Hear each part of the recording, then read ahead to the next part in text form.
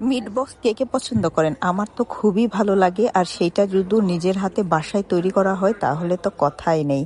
তো আজকে আমি মিট বক্স বাসায় তৈরি করব, তার জন্য আমি সবগুলো উপকরণ এখানে নিয়ে নিয়েছি। তো চলেন আমি কিভাবে বাসায় মিট বক্স তৈরি করি সেই ভিডিওটাই আপনাদের সাথে শেয়ার করব, আশা করি ভালো লাগবে। তো ফার্স্টেই আমি এখানে সসেজ ভেজে নিয়েছি, সেটা দিলাম। আর এখানে চিকন করে আলু ভাজি করে নিয়েছি, সেটা দিলাম। আর তারপরে ফ্রেঞ্চ ফ্রাই দিলাম। চিকন করে আলু ভাজিটা দেওয়ার কারণ এটা অনেক ক্রিস্পি হয় আলু ভাজিটা দিলে। তারপরে আমি এখানে মেয়োনিজ দিলাম, তারপর 1 চামচের মতো গুঁড়া দুধ দিয়েছি। আমি যেহেতু পরিমাণে একটু কম বানাবো, ওই জন্য 1 চামচই দিয়েছি। আর এখানে হাফ চামচেরও কম একটু সামান্য চিনি, যাই যতটুক মিষ্টি আর কি পছন্দ করেন। আমি অতটা মিষ্টি খাবো না, স্পাইসিটাই আমাকে ভালো লাগে। তারপরে চিলি ফ্লেক্স দিলাম।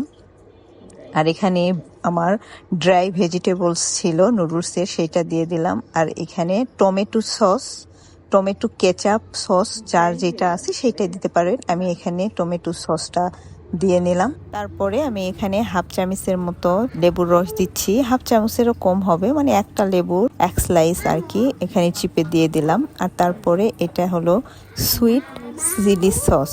সুইটটা থাকলে হবে, না থাকলে হবে, সমস্যা নাই। আমার সুইট চিলি সস যেহেতু ছিল সেইটাই আমি দিয়ে নিচ্ছি। আমার বলতে গেলে এই মিট বক্সটা খুবই ফেভারিট। যখনই বাইরে খাই তখন তো আলাদা কথা, আমি সবসময় বাসায় ট্রাই করি বানানোর জন্য। যখনই আমার খাওয়ার আর কি ইচ্ছে হয় তখনই বানাই রাখি।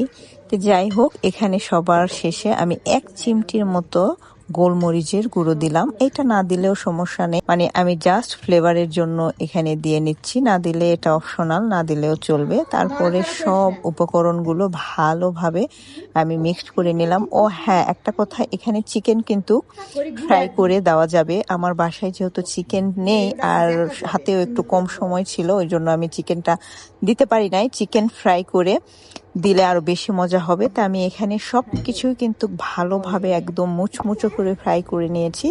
তারপরে বাকি সব উপকরণ একসাথে ভালোভাবে মিক্সড করে নিয়ে নিলেই রেডি।